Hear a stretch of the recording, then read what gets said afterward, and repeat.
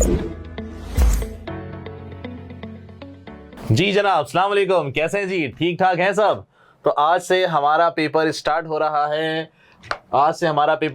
रहा है। जनाब ACCA का मैनेजमेंट अकाउंटिंग MA का पेपर। चलें जी, स्टार्ट करते हैं। बिस्मिल्लाहिर्रहमानिर्रहीम। मैनेजमेंट अकाउंटिंग MA, इसको FMA भी कहा जाता है और पुराने ज़माने में इसको जनाब F2 भी कहा जाता था। चलें जी, आज की क्लास के अंदर बेसिकली हम लोग बेसिक डिस्कस करेंगे। हमने जो अपनी ओरिएंटेशन क्लास की थी उसके अंदर हम लोगों ने पेपर पैटर्न को डिस्कस कर लिया था। हमने उस क्लास के अंदर हमारा सिलेबस डिस्कस हो गया था। हमने किस तरह से पढ़ना था वो हमने डिस्कस कर लिया था। पेपर किस तरह से आएगा वो हमने डिस्कस कर चुके थे। तो आज से ऑफिशियल हमारी पढ़ाई स्टार्ट हो रही है। तो चले जनाब, सबसे पहले हम डिस्कस करते हैं कि भाई ये पेपर है क्या, इस पेपर में हमने पढ़ना क्या। अच्छा, याद रखिएगा, हम लोगों ने ओरिएंटेशन के अंदर भी डिस्कस किया था कि हम बेसिकली अपनी पढ़ाई के अंदर हम जो कोर्स लेके चलेंगे वो हम लेके चलेंगे ACCA का स्टडी हब। लेके चलेंगे। तो जनाब, सबसे पहले जब पेपर शुरू किया जाता है, कोई भी सब्जेक्ट पढ़ाना, उसको पढ़ना, तो उसके बेसिक समझी जाती हैं। क्योंकि मैं इस तरह से लेके चलूंगा इस पेपर को, MA को, कि जैसे आपने ये पेपर कभी पढ़ा ही नहीं है, आप फर्स्ट टाइम ये पढ़ रहे हैं। और उस तरह से लेके चलेंगे कि जैसे कि आपने MA1 और MA2 पढ़ा ही नहीं है, आप बिल्कुल फर्स्ट टाइम ये पेपर पढ़ रहे हैं। तो चले जनाब, और हमारा पढ़ने की सोर्स जो है वो हम थियोरेटिकल कहां से कवर करेंगे? ACCA का जो स्टडी हब है, जो कि एजुकेशनल हब हो चुका है। तो जनाब, बेसिकली इसकी जो बेसिक कवर होंगी मैं आपको बता देता हूं जनाब। वो कवर होंगी बेसिकली हमारे चैप्टर नंबर 1 है हमारे पास बेसिकली चैप्टर नंबर 1 है, जिसको नाम दिया गया है मैनेजमेंट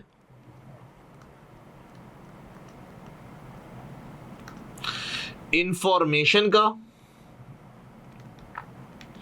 और जो बेसिकली हमारे पास चैप्टर नंबर 8 है कॉस्ट क्लासिफिकेशन का।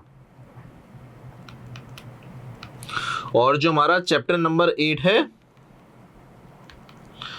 कॉस्ट क्लासिफिकेशन का। तो जनाब बेसिकली हमें पढ़ने के लिए पहले हमें इन दो चैप्टर्स की कुछ कॉन्सेप्ट्स हैं, कुछ टर्मिनोलॉजीज हैं, हमें वो सीखना पड़ेगा। अच्छा सुनिए जनाब, आज जो हम लोग स्टार्ट कर रहे हैं, सबसे पहले बेसिकली हम लोग स्टार्ट करेंगे इस पेपर की बेसिक्स।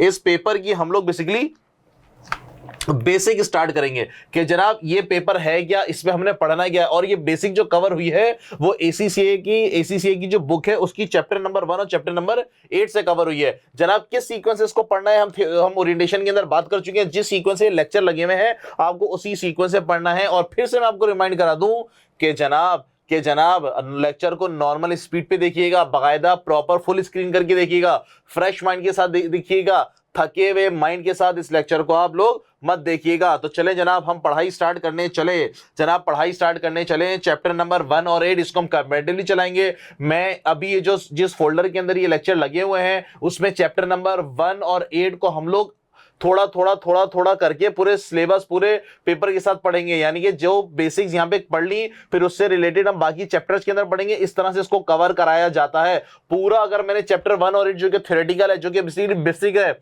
अगर उसको मैंने अभी एक साथ करा दिया तो जनाब बहुत मुश्किल हो जाएगी, आप बोलोगे बिल्कुल थ्योरेटिकल है। तो चलें जनाब, पढ़ाई हम लोग शुरू करते हैं।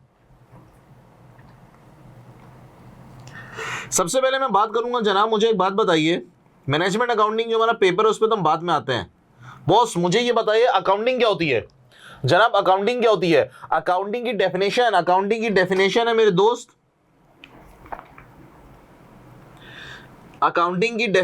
मेरे दोस्त, रिकॉर्डिंग ऑफ ट्रांजैक्शन। अकाउंटिंग की डेफिनेशन है जनाब रिकॉर्डिंग ऑफ ट्रांजैक्शन। जनाब क्या मतलब हुआ? हमने बोला जनाब आप ट्रांजैक्शन को रिकॉर्ड करने को हम अकाउंटिंग कहते हैं। सर ये ट्रांजैक्शन का मतलब क्या है? सर ये ट्रांजैक्शन का मतलब क्या है जनाब? ट्रांजैक्शन का मतलब होता है बिजनेस के अंदर कोई भी इवेंट हो रहा है, बिजनेस के अंदर कोई भी एक्टिविटी हो रही है, उसको उसको उसको हम ट्रांजैक्शन कहते हैं। फॉर एग्जांपल हमने बोला जनाब हमने इन्वेंट्री को सेल किया है, हमने गुड्स को सेल किए हैं, हमने इन्वेंट्री परचेज की थी और हमने उस इन्वेंट्री को सेल कर दिया, हमने तनख्वाह दे दी, हमने रेंट पे कर दिया, हमारे पास इलेक्ट्रिसिटी का बिल आया लेकिन हमने पे नहीं किया, हमने एडवांस में सैलरी दे दी, हमने एडवांस में जो है वो रेंट पे कर दिया, हमने इंश्योरेंस के पैसे दे दिए, हमने इंश्योरेंस अक्रू हो गया, ड्यू हो गया, लेकिन हमने पे नहीं किया। ये सारी की सारी क्या है मेरे पास? ट्रांजैक्शन है। इस ट्रांजैक्शन को रिकॉर्ड करने को हम क्या बोलते हैं जनाब? अकाउंटिंग। यानी कि अगर मैं ट्रांजैक्शन की डेफिनेशन की बात करूं जनाब, अगर मैं ट्रांजैक्शन की डेफिनेशन की बात करूं तो ट्रांजैक्शन की डेफिनेशन यानी कि फॉर एग्जांपल मैं लिख सकता हूं जनाब ट्रांजैक्शन का मतलब कोई भी एक्टिविटी जो कि बिजनेस के अंदर परफॉर्म हो रही है। यानी कि जनाब फॉर एग्जांपल मैंने सेल्स किए, फॉर एग्जांपल जनाब मैंने जो है वो परचेजेस किए हैं, फॉर एग्जांपल जनाब मैंने सैलरी पे की है, फॉर एग्जांपल जनाब मैंने रेंट पे किया है, फॉर एग्जांपल जनाब इंश्योरेंस अक्रू हो गया है। अक्रू का मतलब होता है बॉस, अक्रू का मतलब होता है कि बिल आ गया, मैंने सर्विसेज ले ली लेकिन मैंने भी पेमेंट नहीं की है। जनाब इसको मैं कहता हूं ट्रांजैक्शन। इस ट्रांजैक्शन को रिकॉर्ड करने को हम अकाउंटिंग कहते हैं। बिल्कुल ठीक हो गया। हमने बोला सर रिकॉर्डिंग कैसे करेंगे? अब भाई एक रजिस्टर ले लें मार्केट से, एक रजिस्टर ले लें और जनाब आप उसको लिखना शुरू कर दें। आप उसको लिख लीजिए, इंग्लिश में लिख लें, हिंदी में लिख लें, उर्दू में लिख लें, इंग्लिश में लिख लें, पश्तो में लिख लें, किसी भी जबान में लिख लें, किसी भी जबान में लिख लें। हमने बोला जनाब आपने बिल्कुल पूरे साल अकाउंट्स बन रहे पूरे साल के, आपने पूरे साल उसको रिकॉर्ड कर लिया। आपके बॉस ने, आपके मैनेजर ने, आपके ऑनर ने आपको बुलाया, उसने बोला आइए जनाब जरा बताइए कि हमने कितने की सेल की है पूरे साल में, क्या आप बता पाएंगे? हमने बोला सर हम बिल्कुल बताएंगे, रिकॉर्ड तो है ना लेकिन it will take a time, sir ये थोड़ा सा वक्त ले लेगा। हमने बोला सर आपने 1.5 घंटे के अंदर बता दिया कि हमने पूरे साल के अंदर $10,000 की सेल की है। अच्छा जी, हमने बोला अच्छा ये बताइए इसमें से कितनी कैश में कितनी क्रेडिट में? हमने बोला जनाब बिल्कुल बताएंगे, रिकॉर्ड है हमारे पास लेकिन हमें इसको रिकॉर्ड को जवाब देने को, आंसर सवाल के जवाब देने को टाइम लगेगा। हमने बोला जनाब कितने की सेल की है? हमने उसको 1.5-2 घंटे लगा के बता दिया कि जनाब $6,000 हमने कैश पे की है और $4,000 आपने क्रेडिट पे किए। फिर उसने बोला जो क्रेडिट पे हुई है $4,000 उसमें कितने के पैसे आ गए, कितने पैसे नहीं आए, क्या आप जवाब दे पाएंगे? सर बिल्कुल जवाब देंगे लेकिन it will take a time. आप कागज पलटेंगे, पर्चे पलटेंगे, उसमें से डेटा निकालेंगे, कैलकुलेटर लेंगे, प्लस करेंगे, जनाब इस पे आपको टाइम लगेगा। तो जनाब क्या किया? तो जनाब क्या हुआ? हमने बोला सर देखिए आप रिकॉर्डिंग तो कर रहे हैं लेकिन आपकी रिकॉर्डिंग जो है ना वो इफेक्टिव मैनर में नहीं है, वो एफिशिएंट मैनर में नहीं है, वो एक अच्छे तरीके से नहीं हो रही है, उसमें प्रेजेंटेबल फॉर्म में नहीं हो रही है। हमने बोला जनाब ऐसे तो नहीं होगा, फायदा क्या रिकॉर्डिंग करना है? जैसी सवाल है आप फौरन तुरंत जवाब दें उसका, इतनी वेटिंग नहीं, इतना इंतजार नहीं। आप रिकॉर्डिंग सही नहीं कर रहे तो दुनिया में रिकॉर्डिंग का एक तरीका इंट्रोड्यूस कराया गया जनाब, उस तरीके को हम लोग क्या बोलते हैं? उस तरीके को कहा जाता है मेरे भाई डबल एंट्री सिस्टम। उस रिकॉर्डिंग के ऑफ ट्रांजैक्शन को क्या कहा जाता है जनाब? उस रिकॉर्डिंग ऑफ ट्रांजैक्शन को कहा जाता है, उस रिकॉर्डिंग ऑफ ट्रांजैक्शन को दोस्त कहा जाता है डबल एंट्री सिस्टम।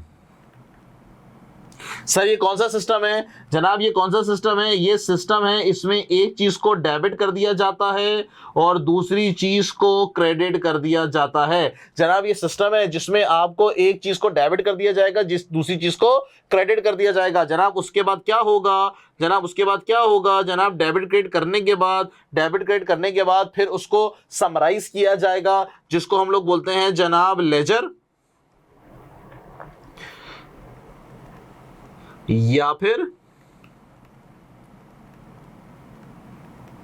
लेजर्स या फिर टी अकाउंट। बात समझ में आ रही है मेरे भाई? बात समझ आ रही है? अच्छा पढ़ते हुए ये भी सोच ले सर, अभी आपको कॉपी नहीं करना, अभी सिर्फ समझें, अभी कॉपी नहीं करिएगा। हमने बोला जनाब लेजर, फिर उसको और समराइज किया जाता है जनाब, फिर उसको और समराइज किया जाता है जिसको आप क्या बोलते हैं? ट्रायल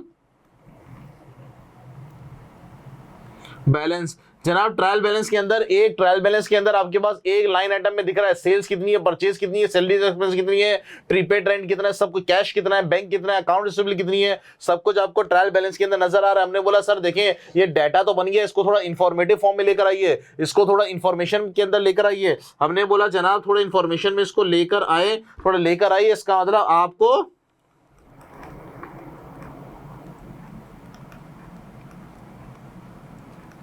कुछ रिपोर्ट्स बनानी पड़ेंगी। उन रिपोर्ट्स का नाम क्या है जनाब? कुछ रिपोर्ट्स बनानी पड़ेंगी। उन रिपोर्ट्स का नाम क्या है दोस्त? उस रिपोर्ट का नाम है फाइनेंशियल स्टेटमेंट। आपको फाइनेंशियल स्टेटमेंट प्रेजेंट करनी पड़ेगी, कुछ रिपोर्ट जो कि मैनेजमेंट को देनी पड़ेगी, ताकि मैनेजमेंट उसको देखें कि भैया जो पूरे साल आपका क्या धरता है, पूरे साल आपने कितने का माल, पूरे साल आपकी सेल कितनी हुई है, जो साल गुजर गया, जो साल गुजर गया उसको आपने रिकॉर्ड करते रहे, समराइज करते रहे, साल के एंड पे आपने रिपोर्ट बना ली कि जनाब कितने की सेल हुई है, कितना प्रॉफिट आया, कितने एक्सपेंस है, कितने एसेट्स है, कितनी लायबिलिटी है। इन सब रिपोर्ट्स को क्या कहा जाता है? Financial statement. जनाब कौन कौन सी रिपोर्ट्स होती हैं, इनके नाम क्या होते हैं? यहां पे मैं लिखता चलूं जनाब। एक को आप कहते हैं प्रॉफिट और लॉस अकाउंट्स, यानी कि इनकम स्टेटमेंट, यानी कि स्टेटमेंट ऑफ कॉम्प्रिहेंसिव इनकम। उसके बाद है मेरे पास स्टेटमेंट ऑफ फाइनेंशियल। उसके बाद है मेरे पास जनाब स्टेटमेंट ऑफ फाइनेंशियल पोजीशन, जिसको पुराने जमाने में आप लोग बैलेंस शीट भी कहते थे। हाँ जी। उसके बाद फिर बोलते हैं जनाब आप स्टेटमेंट ऑफ कैश फ्लोज, ऐसा। उसके बाद आप कहते हैं जनाब statement of changes in equity, और मेरे पास होती है जनाब नोट्स टू दी अकाउंट, या फिर नोट्स टू दी अकाउंट, या फिर जिसको आप लोग डिस्क्लोजर कहते हैं। नोट्स टू दी अकाउंट यानी कि जिसको आप लोग डिस्क्लोजर कहते हैं। हो क्या रहा है सर? अकाउंटिंग का मतलब जो भी ट्रांजैक्शन हो गई उसको रिकॉर्ड करना। किस लिए? ताकि पता चल सके जो साल खत्म हो गया उसमें प्रॉफिट आ रहा है कि लॉस आ रहा है। जनाब ये किसकी जिम्मेदारी है दोस्त? ये किसकी जिम्मेदारी है? हमने बोला जनाब ये जो रिकॉर्डिंग ऑफ ट्रांजैक्शन है, जनाब ये किसकी जिम्मेदारी है दोस्त? ये काम करता है, ये काम किया जाता है। कौन लोग ये काम करते हैं? जो लोग ये काम करते हैं उस अकाउंटिंग को कहा जाता है फाइनेंशियल अकाउंटिंग। क्या कहा जाता है दोस्त? Financial accounting. जो लोग ये काम करते हैं, यानी कि ट्रांजैक्शन हो गई है, आपने गुड्स सेल कर दिए, आपने परचेजेस कर लिए, रेंट पे कर दिया, या महीना एंड हो गया आपने रेंट पे नहीं किया, बोले तो अक्रू हो गया, उसको रिकॉर्ड करना, डेबिट क्रेडिट करना, उसका टी अकाउंट बनाना, उसका ट्रायल बैलेंस बनाना, फिर साल खत्म हो जाए तो उसको रिपोर्ट्स प्रेजेंट करना। जनाब इसको क्या कहा जाता है? इसको कहा जाता है ये जो अकाउंटिंग करने वाले लोग होते हैं, या इस अकाउंटिंग को क्या कहा जाता है? Financial accounting. जनाब ये आप रिकॉर्डिंग ऑफ ट्रांजैक्शन कहां पढ़ेंगे? आपके पास चंद पेपर्स हैं जिसमें आप लोगों ने पढ़ा होता है, ये जिसको हम कहते हैं FA1, FA2 यानी कि SEC का जो फाउंडेशन है, और जनाब मेरे पास FA, या जिसको आप लोग FFA कहते हो, FR और SBR। ये फाइनेंशियल अकाउंटिंग की सीरीज दोस्त यहां पे कवर हो रही है। ये फाइनेंशियल अकाउंटिंग की सीरीज यहां पे कवर हो रही है। ये हम में इस पेपर के अंदर ये नहीं पढ़ना। तो सर हमने क्या पढ़ना है? सर सुने अभी इंपॉर्टेंट बात। तो जनाब जरा वीडियो को पॉज करें और इसको जरा कॉपी कर लें। वीडियो को जरा पॉज करें, इसको कॉपी करें, और फिर मैं बात को आगे लेके चलता हूं। मैंने आपको पहले ही बताया था जनाब पढ़ाते हुए जब मैं पढ़ा रहा हुआ करूं उसको कॉपी नहीं करना, मैं आपको कॉपी करने का टाइम दूंगा। तो जनाब वीडियो को पॉज करें, उसको कॉपी करें, और फिर मैं जरा आगे चलता हूं। ठीक है दोस्त, चलें जनाब आगे बढ़ते हैं हम लोग। यस, तो जनाब हमने क्या पढ़ना है? हमने ये नहीं पढ़ना, हमने रिकॉर्डिंग ऑफ ट्रांजैक्शन नहीं करनी। तो हमने क्या पढ़नी है? आइए सर अब सिखाते हैं। आपने क्या पढ़ना है? मैंने बोला जनाब देखें,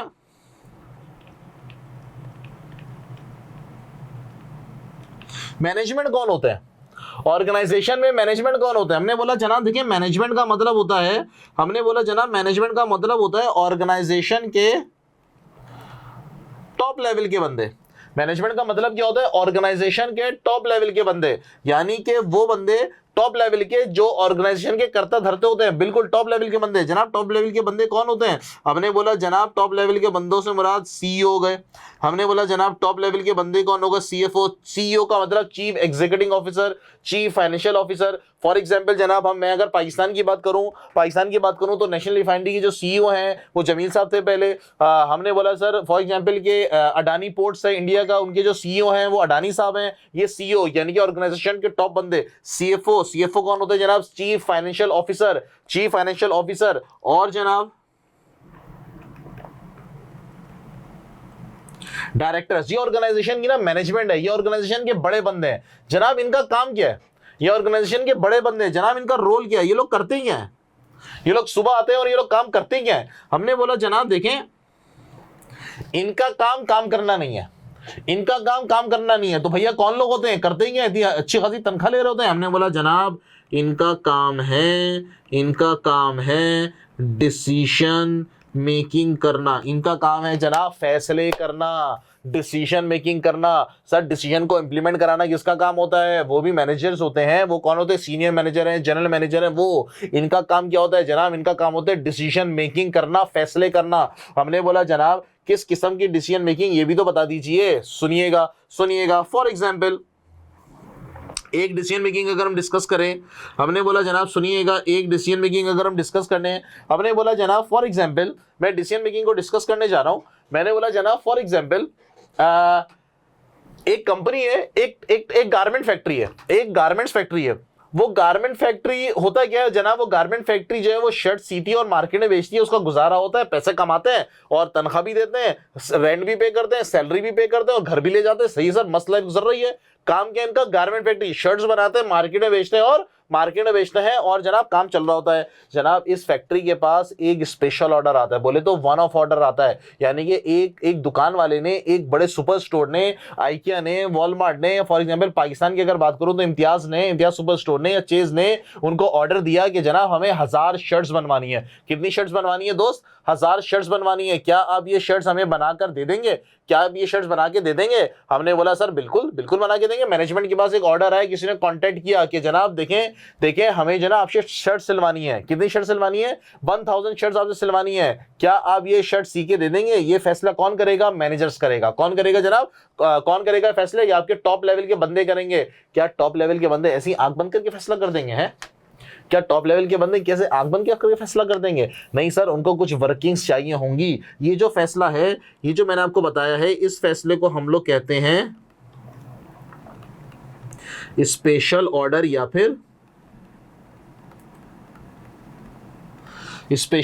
फिर वन ऑफ ऑर्डर। यानी कि ऑर्गेनाइजेशन के पास एक ऑर्डर आया है अपना नॉर्मल कारोबार से हटके, जिसको हम लोग नॉर्मल जबान में हवाई रोजी कहते हैं, क्या कहते हैं? हवाई रोजी कहते हैं। उसके बाद एक हवाई रोजी का ऑर्डर आया है कि जनाब ये 1000 शर्टें सी दीजिए, हम इसको एक्सेप्ट करें या फिर रिजेक्ट करें। फैसला कौन करेगा? मैनेजमेंट करेगी। मैनेजमेंट बोले तो सीईओ, डायरेक्टर्स ये फैसले करेंगे। जनाब इस फैसले के लिए उनको कुछ वर्किंग्स चाहिए होंगी, आंख बंद करके फैसला नहीं करेंगे। कौन सी वर्किंग चाहिए अभी हम बात करते हैं। और कौन से फैसले होते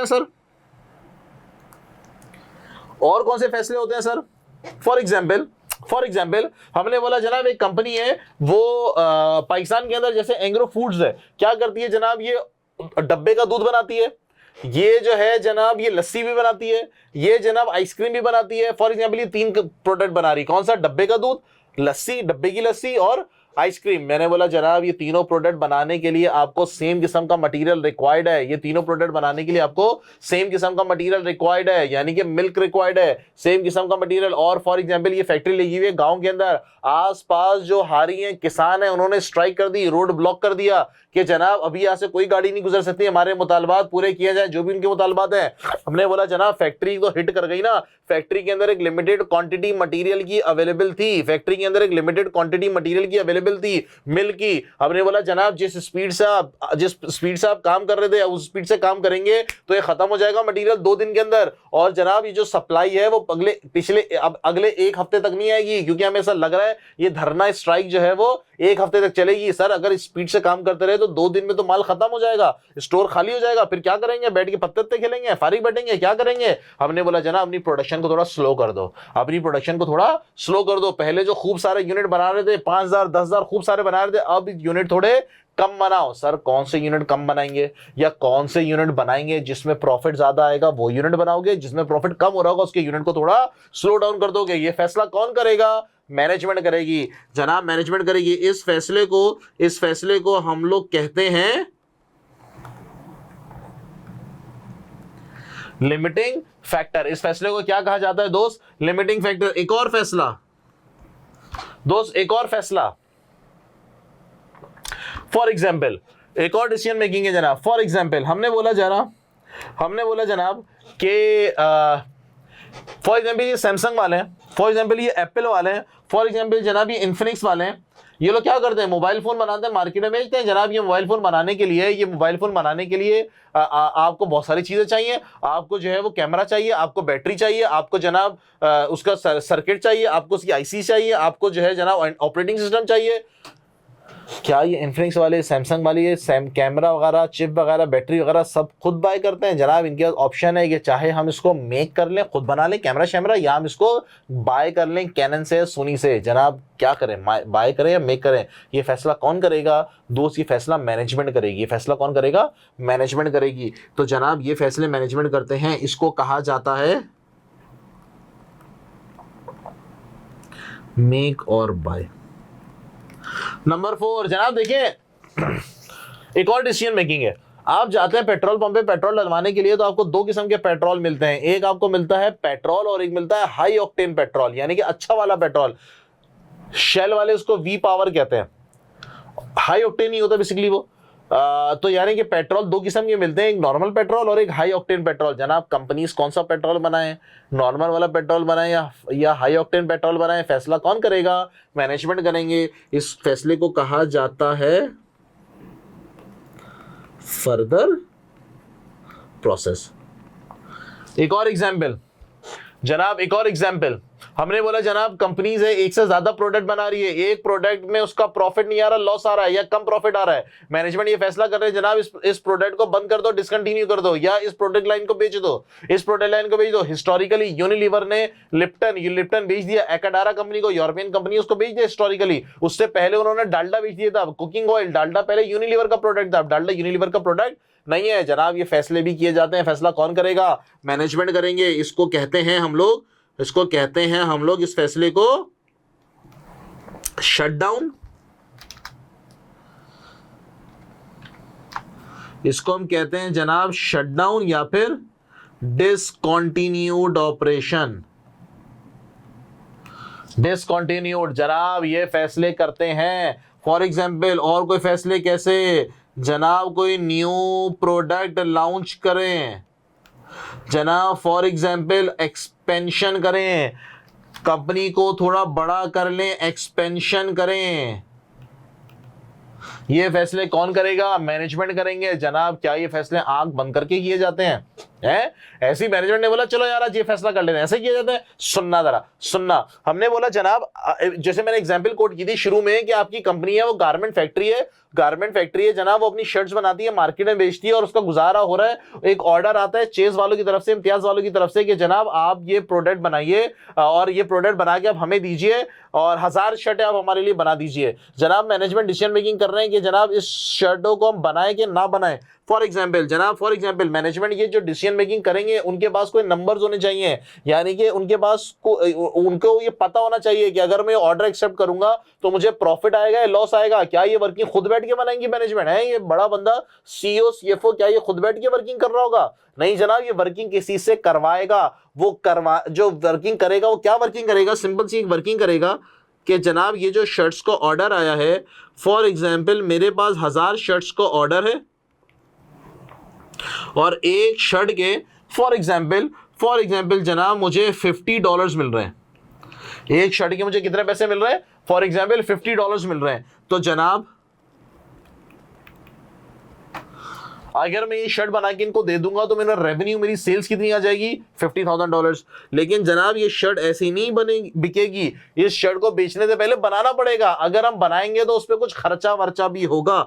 खर्चों को हम लोग क्या बोलते हैं जनाब? कॉस्ट कहते हैं। कितनी शर्ट्स का ऑर्डर आया है मेरे पास 1000 शर्ट्स का ऑर्डर है और एक शर्ट बनाने के लिए जाहिर सी बात है मुझे कपड़ा चाहिए, धागा चाहिए, बटन चाहिए, मुझे जनाब लेबर चाहिए जो बैठ के सिलाई करेंगे, सिलाई मशीनें होंगी चाहिए, फैक्ट्री का सेटअप लगाना चाहिए, बिजली का तार का बटन जो है वो मशीन पे लगनी चाहिए, मतलब मशीन बिजली से चलनी चाहिए, मतलब जहां पे हम बैठे हैं वो काम कर रहे हो तो उसके दरवाजे पे चौकीदार को बिठा दो, ये ना लूट लाट के चला जाए। हमने बोला जनाब और पानी पीने का सिस्टम होना चाहिए, बाकायदा वॉशरूम होना चाहिए, खाने के लिए कैंटीन होनी चाहिए भैया, पूरा एक कारखाने का फैक्ट्री का सेटअप होना चाहिए ना यार, तब जाके शर्ट बन पाएगी, ऐसे थोड़ी चलते फिरते बन जाएगी। तो जनाब वो जो पूरा सेटअप होना चाहिए जिसमें ये शर्ट बनाने में कपड़ा लगेगा, धागा लगेगा, लेबर अपने पैसे लगेंगे सिलाई की, बिजली का बिल भी आएगा, किराया शिराया, जनाब कितनी कॉस्ट है। फॉर एग्जाम्पल जनाब $30 की कॉस्ट है। कितनी कॉस्ट आएगी जनाब? $30 की कॉस्ट आएगी। तो मेरे पास जनाब इस प्रोडक्ट में, तो मेरे पास जनाब इस प्रोडक्ट में कितना प्रॉफिट आएगा सर? इस प्रोडक्ट में मेरे पास 20,000 का प्रॉफिट आएगा। अगर मैं मैनेजमेंट को रिपोर्ट सबमिट कराऊं कि देखें सर, मैनेजमेंट को ये रिपोर्ट सबमिट कराऊं सीईओ सीएफओ को, सर देंगे ये जो ऑर्डर एक्सेप्ट करें या ना करें वो तो आपकी मर्जी है, लेकिन अगर आप एक्सेप्ट करेंगे तो हमें इस ऑर्डर से कितना प्रॉफिट आएगा? 20,000 का। अगर ये मैं चीज मैनेजमेंट को सबमिट कराऊंगा तो मैनेजमेंट को फैसले करने में आसानी होगी। मैनेजमेंट बोलेंगे हाँ यार हमें फैसला करने में आसानी हो रही है, पता तो चल रहा है ना कि हमें अगर ये ऑर्डर एक्सेप्ट करते हैं तो हमें प्रॉफिट आएगा या फिर लॉस आएगा। तो जनाब ये जो छोटी सी इनकम स्टेटमेंट बनाई है 2-3 लाइनों की, ये जो एक रिपोर्ट बनाई है कि इस ऑर्डर में मुझे प्रॉफिट है या लॉस है, ये जनाब कौन करेगा? ये कौन से लोग करेंगे? जो लोग ये काम करते हैं, जो लोग ये काम करेंगे उन लोगों को हम कहते हैं जनाब मैनेजमेंट अकाउंटिंग वाले। इन लोगों को हम क्या कहते हैं जनाब? इस काम को हम क्या कहते हैं? मैनेजमेंट अकाउंटिंग वाला काम। क्या बात समझ में आई मेरे दोस्त?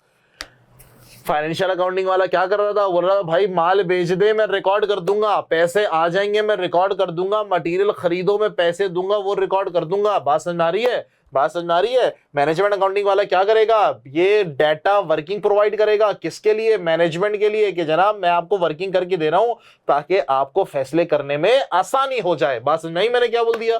बात समझ में आई? हमें रोल पता चला। तो जनाब ये हमने पढ़ना है अपने पेपर F2 के अंदर। Logic clear? चले सर थोड़ा और अंदर चलते हैं, गोते लगाते हैं थोड़े। सुने जनाब 1000 शर्ट का ऑर्डर आया, 1000 शर्ट का ऑर्डर आया। ये इंफॉर्मेशन कहां से आई मेरे पास? बस जिसने ऑर्डर दिया उसने बोला कि 1000 शर्टें मैं आपसे सिलवाऊंगा। ठीक है जी। अच्छा आगे कितने पैसे देगा जनाब? वो $50 देगा। ये भी कौन देगा? ये भी वही बताएगा हमें। जनाब जो ऑर्डर दे रहा है हमें वो बोलेगा भाई $50 मैं दूंगा आपको एक शर्ट के, सीन है तो बताओ वरना आगे बढ़ो। ठीक है सर।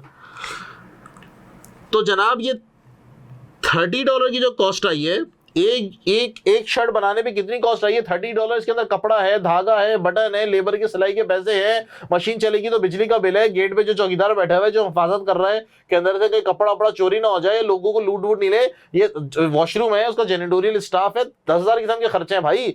ये $30 का नंबर कहां से आया कि एक शर्ट बनाने पे $30 लगते हैं? ये नंबर कहां से आया सर? किसी ने तो ये नंबर प्रोवाइड किया होगा जनाब। जो ये नंबर प्रोवाइड करता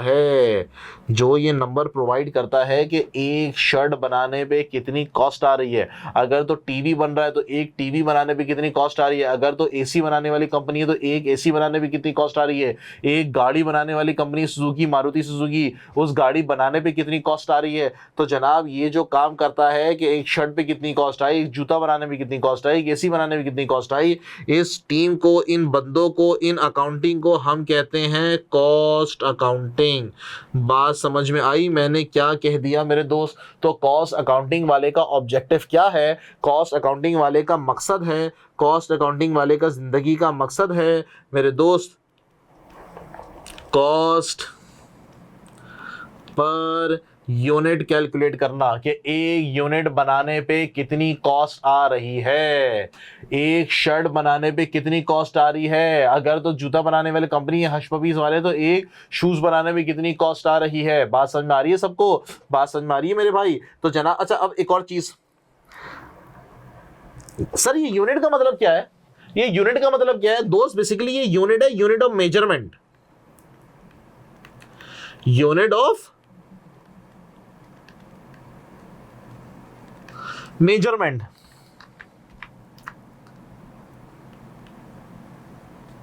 फॉर एग्जाम्पल बात करते हैं, ऑयल रिफाइनरी कंपनी है, नेशनल रिफाइनरी है, इंडिया के अंदर रिलायंस रिफाइनरी है।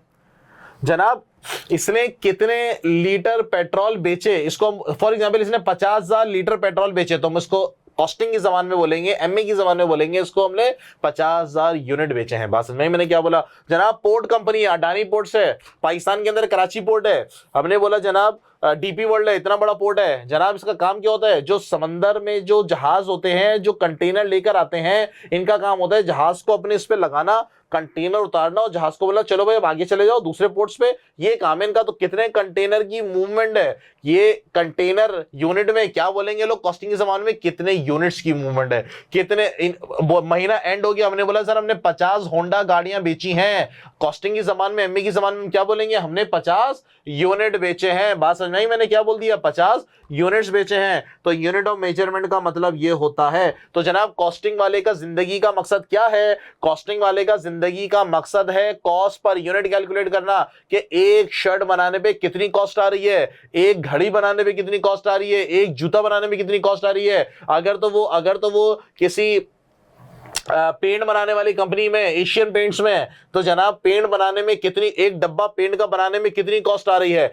ये काम किसका है? कॉस्ट अकाउंटिंग वाले का। कॉस्ट अकाउंटिंग वाले का ऑब्जेक्टिव क्या है? कॉस्ट पर यूनिट कैलकुलेट करना। मैनेजमेंट अकाउंटिंग वाले का ऑब्जेक्टिव क्या है जनाब? मैनेजमेंट अकाउंटिंग वाले का मकसद है कि कुछ रिपोर्ट्स बना के देना मैनेजमेंट को, जिससे उनको फैसले करने में आसानी हो जाए, जिससे उनको फैसले करने में आसानी हो जाए। बात समझ आ रही है मैं क्या कहना चाह रहा हूं जनाब? मैं क्या कहना चाह रहा हूं? फाइनेंशियल अकाउंटिंग वाले का ऑब्जेक्टिव क्या है? फाइनेंशियल अकाउंटिंग वाला बोलता है भैया माल बेच दो, खरीद लो, मैं रिकॉर्ड कर लूंगा, साल खत्म हो जाएगा तो मैं बता दूंगा जो साल गुजर गया उसमें कितना प्रॉफिट आया, कितना लॉस आया। देखा जाए तो फाइनेंशियल अकाउंटिंग वाला हिस्टोरिकल चीजों पे काम करता है, हिस्टोरिकल चीजों पे काम करता है। मैनेजमेंट अकाउंटिंग वाला किस पे काम करता है सर?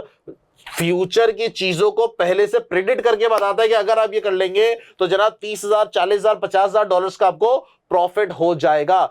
और मैनेजमेंट को रिपोर्ट्स प्रोवाइड कर रहा होता है, मैनेजमेंट जिस चीज के ऊपर भी डिसीजन लेना चाहे। क्या आपको बात समझ में आ रही है? तो जनाब मैंने अपने अकाउंट्स डिपार्टमेंट के अंदर, एक ही अकाउंट्स डिपार्टमेंट के अंदर मैंने 3 टुकड़े कर दिए। कौन कौन से? एक फाइनेंशियल अकाउंटिंग वाला बोलता है जनाब माल बेच दो, मैं रिकॉर्ड कर दूंगा, रिकॉर्डिंग ऑफ ट्रांजेक्शन इसका काम है। दूसरा मैनेजमेंट अकाउंटिंग वाला जो के मैनेजमेंट को इंफॉर्मेशन प्रोवाइड कर रहा होता है। तीसरा कॉस्ट अकाउंटिंग वाला जो काम कर रहा होता है एक शर्ट्स बनाने पे कितनी कॉस्ट आ रही है। क्या सबको बात समझ में आ रही है? All clear, all good? सुने आगे बढ़ेंगे जनाब। नॉर्मली ऑर्गेनाइजेशन के अंदर 2 डिपार्टमेंट बना दिए जाते हैं, एक फाइनेंशियल वाला और एक कॉस्ट एंड मैनेजमेंट वाला। यानी कि जाहिर सी बात है मैनेजमेंट फैसले रोजाना तो नहीं कर रहे होते, या अपने लिए जो इंफॉर्मेशन डिटेल में मांग रहे होते हैं ताकि उनको फैसले करने में आसानी हो, वो रोजाना तो नहीं होता। तो बेसिकली एक ही डिपार्टमेंट से काम करा दिया जाता है, कॉस्ट एंड मैनेजमेंट अकाउंटिंग उसका नाम दे दिया जाता है। क्या सबको बात क्लियर हो रही है? क्या कॉन्सेप्ट समझ में आ रहा है? Crystal clear? All good, all good? चले जनाब। तो बेसिकली मैंने अकाउंट्स डिपार्टमेंट के अंदर 2 टुकड़े कर दिए, एक का नाम मैंने फाइनेंशियल अकाउंटिंग वाले का नाम दे दिया और एक का नाम मैंने मैनेजमेंट अकाउंटिंग वाले का नाम दे दिया। बेसिकली मैनेजमेंट अकाउंटिंग और cost accounting, management accounting broad category है, उसका सब जो है ना मेरे पास कॉस्ट अकाउंटिंग है। क्या बात क्लियर हुई मेरे दोस्त? पक्का? किसी को कोई परेशानी? All clear? अभी हम जनाब अभी हमने क्या सीखा है? अभी हमने सिर्फ पेपर के बारे में सीखा है, और ये जो बातें हमने सीखी है वो आपके स्टडी हब के चैप्टर नंबर 1 के अंदर लिखी हुई है, मैनेजमेंट इंफॉर्मेशन के नाम से। Logic clear? सुनेंगे मैं पूरी स्टडी टेक्स्ट, मैं पूरी आपको स्टडी टेक्स्ट एससीसी हब वाली रीड कराऊंगा, सारी की सारी किट सॉल्व कराऊंगा, टेंशन नहीं लेने का। चले दोस्त, तो जनाब जैसे मैंने बोला था कि जब मैं पढ़ा रहा हुआ करूं तो आप कॉपी मत किया करें, और अब आप कॉपी करें। वीडियो को यहां पे पॉज करें, वीडियो को यहां पे पॉज करें और अब आप कॉपी करें। जी सर, आपने इसको कॉपी कर लिया होगा, आपने इसको कॉपी कर लिया होगा। अब मैं आगे चला बात को लेके, सुनेंगे दोस्त, सुनेंगे दोस्त। मैंने बोला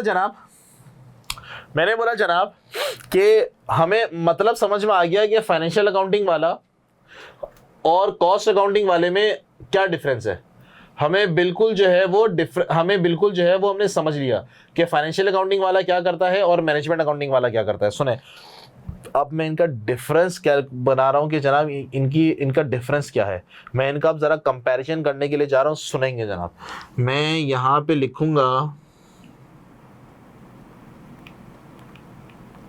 मैनेजमेंट अकाउंटिंग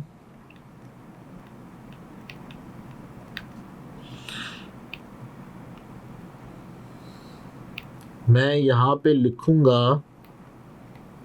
फाइनेंशियल अकाउंटिंग, एक एक करके आप मुझे बताते रहेंगे। हाँ ठीक हो गया जी।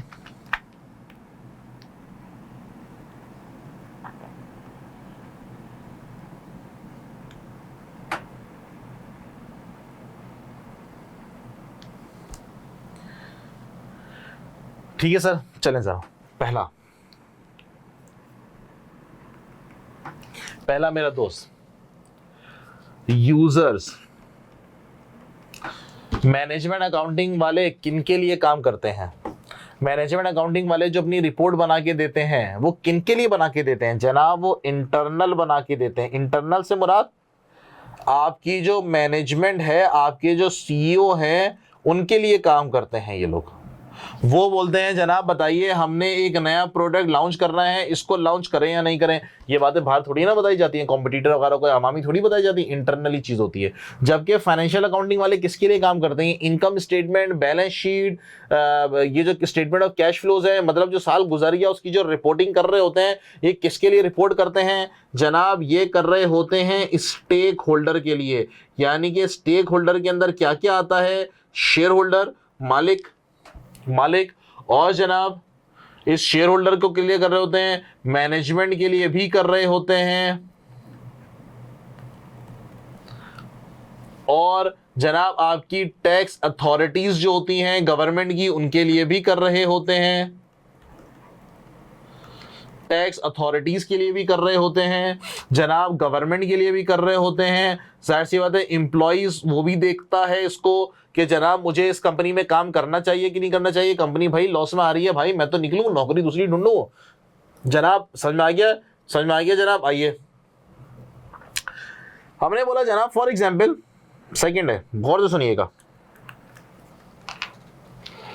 हमने बोला यार मैनेजमेंट अकाउंटिंग की जो इंफॉर्मेशन ये फॉर एग्जाम्पल हमने बोला जनाब ये कोई बाय लॉ है, ये कोई बाय लॉ है।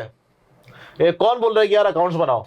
इनकम स्टेटमेंट की अगर मैं बात करूं तो यार कौन बोल रहा है इनकम स्टेटमेंट बनाओ? भाई मैं नहीं बना रहा यार इनकम स्टेटमेंट, मेरी दुकान है, मैं नहीं बना रहा, मेरी मर्जी यार, मैं चल रहा हूं बगैर इनकम स्टेटमेंट बनाए। जो नॉर्मल आपकी गली मोहल्ले की दुकानें होती हैं, कि उसकी इनकम स्टेटमेंट बनती है? नहीं बनती भाई, नहीं बनती यार।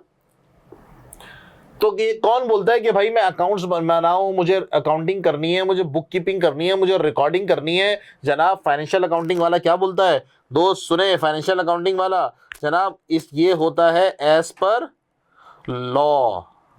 हर मुल्क का अपना कानून है, कंपनीज एक्ट के नाम से नॉर्मली होता है जनाब। क्या होता है पाकिस्तान के अंदर 10 साल आपको अपने अकाउंट्स मेंटेन करने हैं, 10 साल एटलीस्ट। यानी कि अगर आप अभी 2025, 26, 27 के अंदर है तो यानी कि आपको 10 साल पिछले तक के अकाउंट्स रखने हैं, आपको अकाउंट मेंटेन करने हैं जनाब। मैंडेटरी है, एज पर लॉ है, एज पर लॉ है। और जबकि मैनेजमेंट अकाउंटिंग का एज पर लॉ नहीं है, मर्जी है, चाहो तो करो चाहे तो ना करो, मतलब कोई रिक्वायरमेंट नहीं है, नो रिक्वायरमेंट, नो रिक्वायरमेंट जनाब। इसका फॉर्मेट कैसा होना चाहिए? अच्छा इसको हम बोलते हैं, इसकी कोई रिक्वायरमेंट है। अच्छा दोस्त उसका फॉर्मेट कैसा होना चाहिए? यानी कि मैनेजमेंट अकाउंटिंग में अगर कोई नया प्रोडक्ट हमने लॉन्च करना है, अगर कोई नया प्रोडक्ट हमने लॉन्च करना है तो जनाब उसका उस रिपोर्ट का फॉर्मेट कैसा होना चाहिए? कोई रिपोर्ट का फॉर्मेट होना चाहिए है? नहीं सर, इसका कोई प्रिस्क्राइब फॉर्मेट नहीं है, नो प्रिस्क्राइब फॉर्मेट, इसका कोई प्रिस्क्राइब फॉर्मेट नहीं है। जो बेस्ट प्रैक्टिस लगे उसके हिसाब से आप अपनी रिपोर्ट्स बना दीजिए।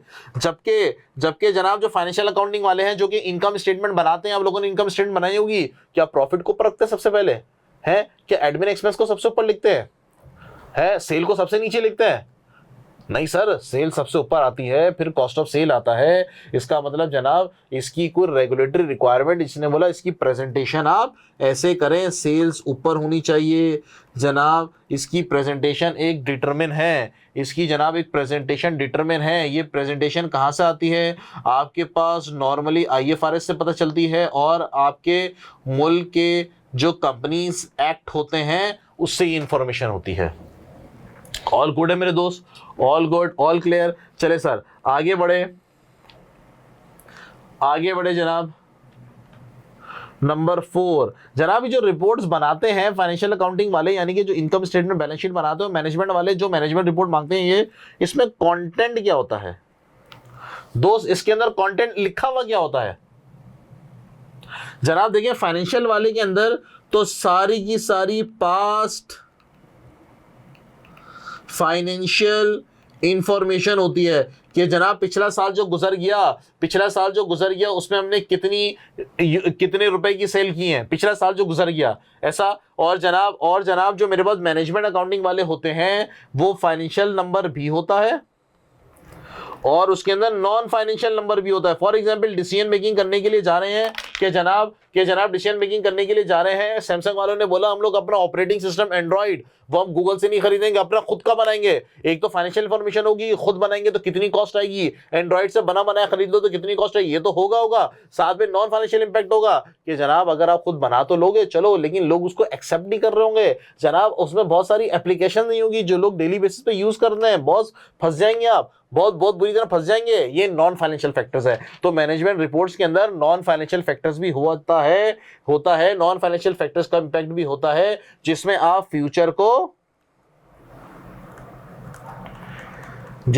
फ्यूचर को प्रेडिक्ट कर रहे होते हैं। देखा ना हमने हिस्ट्री के अंदर हुआवे का क्या हाल हुआ है, अपना अलग ऑपरेटिंग सिस्टम बनाया, वो जो भी फंडा था एंड्रॉइड वालों के साथ, लेकिन क्या हुआ मार्केट में नहीं नजर आ रहा मुझे हमें हुआई, हो सकता है दोबारा कम बैक कर ले, डोंट नो, डरो कोई बात। आगे उसके बाद है जनाब मेरे पास लेवल ऑफ डिटेल। जनाब मैनेजमेंट अकाउंटिंग में लेवल ऑफ डिटेल्स कितनी होनी चाहिए, कितनी डिटेल होनी चाहिए? हमने बोला सर मोर डिटेल होनी चाहिए ताकि मैनेजमेंट को डिसीजन मेकिंग करने में आसानी हो जाए।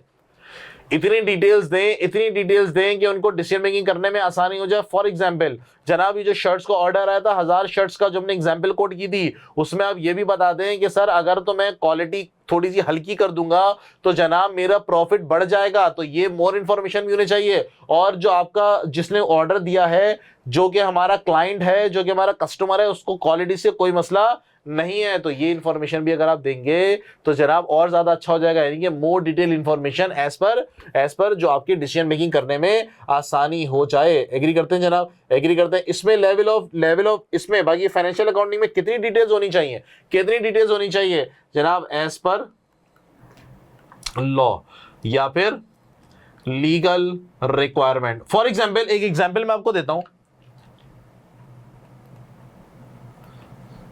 हम लोग इनकम स्टेटमेंट जब बना रहे होते हैं तो जो एक्सपेंसेस होते हैं, सैलरीज एक्सपेंस वो आ रहा होता है एडमिन के अंदर, सेलिंग एंड डिस्ट्रीब्यूशन के अंदर एडमिन एक्सपेंस आ रहा होता है एज अ सैलरी आ रहा होता है। क्या उसकी डिटेल एम्प्लॉय वाइज होती है? क्या इस बंदे को इतनी तनख्वाह, इस बंदे की इतनी तनख्वाह, इस बंदे की इतनी तनख्वाह, इस बंदे की, क्या इतनी डिटेल होती है? नहीं सर। इसका मतलब जनाब जितनी डिटेल लॉ ने बोली है उतनी डिटेल देंगे, लेकिन अगर मैनेजमेंट मांगे कि जनाब हमें जरा लोगों की तनख्वाहों की डिटेल दो, जरा देखें तो हमें कॉस्ट कटिंग करनी है, कौन सा बंदा कितना महंगा है और कौन कितना कमा के दे रहा है, तो जनाब वो फिर आपको प्रोवाइड करनी पड़ती है। तो मैनेजमेंट अकाउंटिंग के अंदर मोर डिटेल्स प्रोवाइड की जाती हैं। बात समझ में आई? मैंने बोला जनाब अकाउंट्स, फाइनेंशियल अकाउंटिंग की अगर मैं बात करूं 3 साल के अकाउंट एक साथ बना दें, फ्रीक्वेंसी फाइनेंशियल अकाउंटिंग की अगर मैं बात करूं तो क्या 3 साल के अकाउंट में एक साथ बना दूं? है जी? नहीं सर। इसकी फ्रीक्वेंसी डिटरमाइन बाय, यानी कि प्रिस्क्राइब बाय लॉ है। लॉ ने बोला है कि जनाब एज पर लॉ ने बोला है कि जनाब आपको अकाउंट्स नॉर्मली कम अज कम एटलीस्ट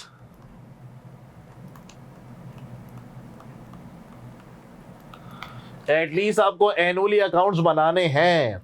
लिस्टेड कंपनी है, क्वार्टरली अकाउंट्स भी होते हैं पाकिस्तान के अंदर, लेकिन आपको कम से कम एटलीस्ट आपको एनुअली अकाउंट्स बनाने हैं। फ्रीक्वेंसी कितनी होनी चाहिए? महीने वाइज या कब होनी चाहिए? मैनेजमेंट अकाउंटिंग वाले का क्या होगा है?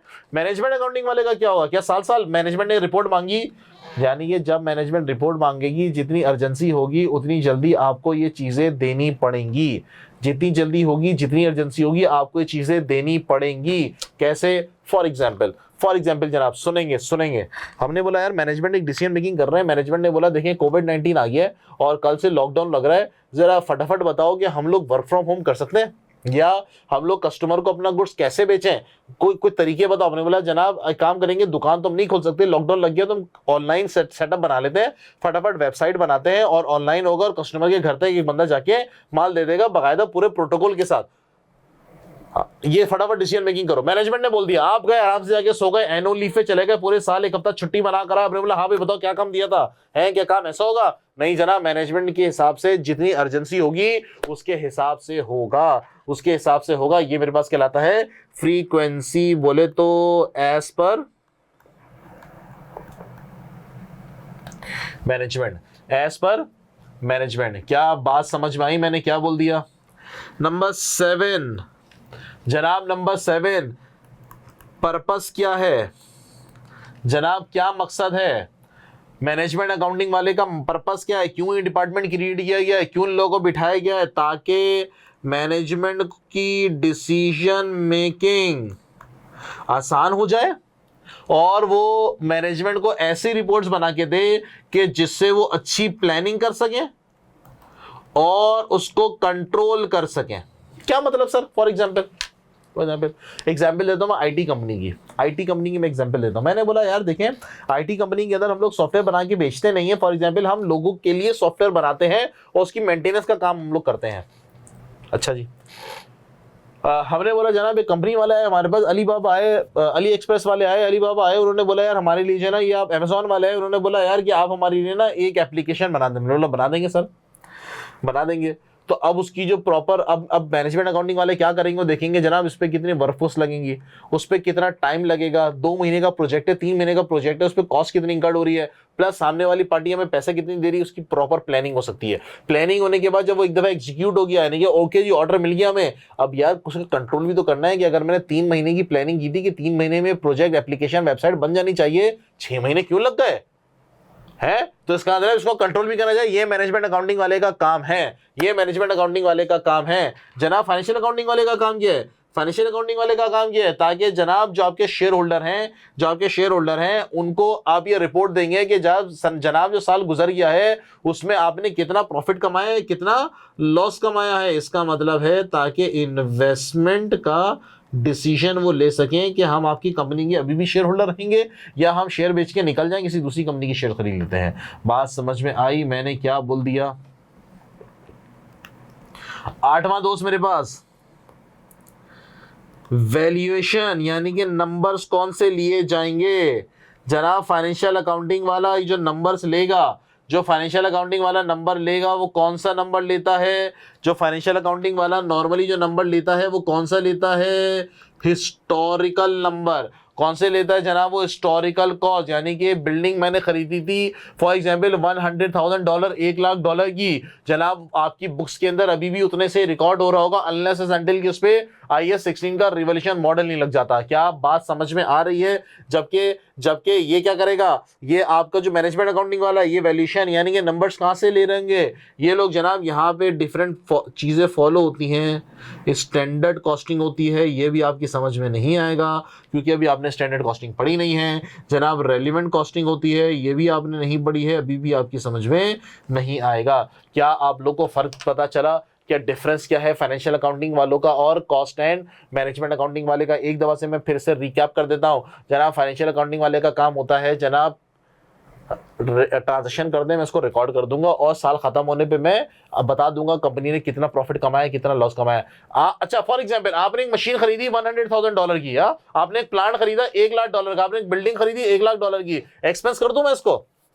है एक्सपेंस कर दूं? नहीं सर, कैसी बातें कर रहे हैं, एसेट है सर ये, इसकी लाइफ मोर देन 1 ईयर, इसको आप एसेट रिकॉग्नाइज करें, इससे फ्यूचर में बेनिफिट आएगा। भाई कहां लिखा है भाई, ये कहां लिखा है? हमने बोला सर ये आपके रूल्स एंड रेगुलेशन के अंदर लिखा है जिसको आप लोग IFRS कहते हैं, इंटरनेशनल फाइनेंशियल रिपोर्टिंग स्टैंडर्ड। हमने बोला इसका मतलब फाइनेंशियल अकाउंटिंग वाला अपनी मर्जी से कुछ नहीं कर सकता, फाइनेंशियल अकाउंटिंग वाला रूल्स को फॉलो करता है, रूल्स एंड लॉ को फॉलो करता है। जबकि मैनेजमेंट अकाउंटिंग वाला जनाब किसको फॉलो करेगा? जनाब वो अपनी बेस्ट प्रैक्टिस को फॉलो करेगा। फॉर एग्जाम्पल जनाब टैक्स को ऑडिट को लिया, टैक्स वाले बंदे आ गए, उन्होंने बोला लो भाई हिसाब किताब दो, तो फाइनेंशियल अकाउंटिंग वाले रिस्पॉन्सिबल है टैक्स वालों को जवाब देने के लिए। मैनेजमेंट अकाउंटिंग वाला टैक्स वालों के लिए काम नहीं करता, किसी गवर्नमेंट एजेंसी के लिए काम नहीं करता, बल्कि मैनेजमेंट को इंफॉर्मेशन प्रोवाइड करता है, वो प्योर मैनेजमेंट के लिए काम कर रहा होता है। तो जनाब एक दफा से फिर से समझ, हमें क्या करना है, हमें मैनेजमेंट अकाउंटिंग पढ़नी है, हमें कॉस्ट एंड मैनेजमेंट अकाउंटिंग पढ़नी है। हमने कॉस्ट पर यूनिट भी कैलकुलेट करना है कि एक यूनिट बनाने पे कितनी कॉस्ट इनकर्ड हो रही है, ताकि और मैनेजमेंट को हम लोग वर्किंग भी प्रोवाइड करके देंगे, ताकि मैनेजमेंट को डिसीजन मेकिंग करने में, प्लानिंग करने में, कंट्रोलिंग करने में आसानी हो जाए। जनाब बात समझ में आई मैनेजमेंट अकाउंटिंग की? दोस्त बात समझ में आई मैनेजमेंट अकाउंटिंग की कि मैनेजमेंट अकाउंटिंग वाले क्या काम करेंगे? Logic clear? चले जनाब, मैं अब आपकी मैंने बोला था कि जनाब पूरा का पूरा स्टडी हब का जो स्टडी टैक्स है और जो किट है वो मैं कराऊंगा। तो चले जनाब हम लोग पढ़ते हैं। हमारे पास ये किताब है, आप लोग के पोर्टल पे भी लगी हुई है, देखते हैं जनाब, स्टार्ट करते हैं। चले दोस्तों ने पहला चैप्टर है हमारे पास मैनेजमेंट इंफॉर्मेशन का। क्या फरमा रहे हैं?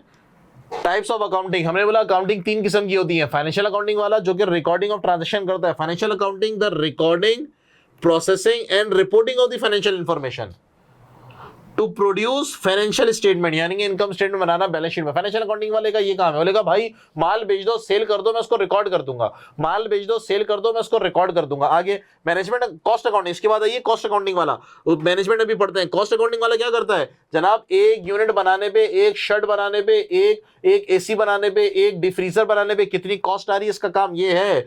कॉस्ट अकाउंटिंग फोकस और identifying cost, monetary value or assessing of the resource of their allocation, the product, services, inventory of the item। जनाब ये it is the function of the management accounting, यानी कि मैनेजमेंट अकाउंटिंग एक बड़ा है, वही lead कर रहा होता है कॉस्ट अकाउंटिंग वाले को। ये लोग किसके लिए काम करते हैं? मैनेजमेंट अकाउंटिंग वाले को। क्योंकि कॉस्टिंग क्यों कर रहे हो? ताकि प्रोडक्ट की प्राइसिंग करना आसान हो जाए। एक यूनिट कितने का बन रहा है वो मुझे पता चलेगा तो मैं प्राइसिंग करूंगा ना। एक एयर कंडीशन पे कॉस्ट आ रही है 60,000 की, तो जनाब ये मुझे पता होगा तो प्राइसिंग करने में मुझे आसानी होगी।